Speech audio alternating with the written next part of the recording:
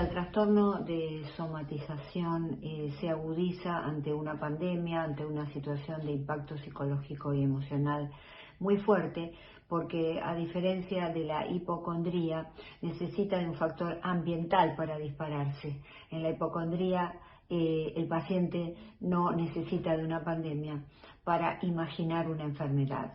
Por otro lado, en la somatización, a diferencia de la hipocondría, y es interesante hacer esta diferencia, el paciente, si le duele el estómago, le duele la cabeza, cualquier parte de su cuerpo, pues en realidad el síntoma es real. Le duele la cabeza, le duele el estómago.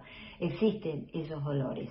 Solo que el origen es psicológico. ¿Por qué? Porque la somatización, desde el punto de vista de su definición, es la manifestación de síntomas físicos de un problema psicológico, es decir, se traslada de arriba, de lo psicológico, se traslada al cuerpo, aunque en realidad somos una unidad y no es que hay pensamientos arriba o abajo enfermedad, sino que enfermedad física, sino que somos una totalidad. Pero para decirlo simplemente, el problema se traslada entonces al cuerpo. Hay un miedo psicológico.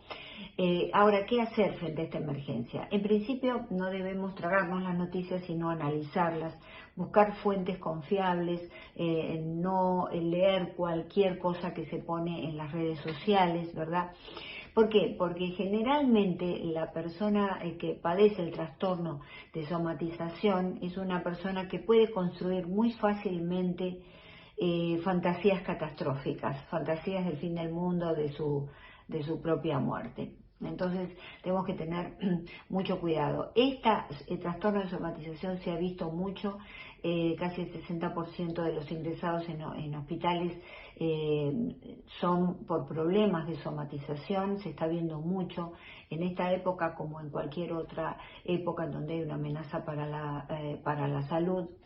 Y si bien es un trastorno que abarca o se manifiesta de los 20 a los 35 años, estamos viendo que ahora está atacando ya a mucha gente. Hay que hablar con el médico clínico para que él haga las derivaciones correspondientes a un médico psiquiatra, quien verá si necesita un ansiolítico, si necesita un antidepresivo. Son muchas las variantes en torno a ello. No cualquiera hace una somatización.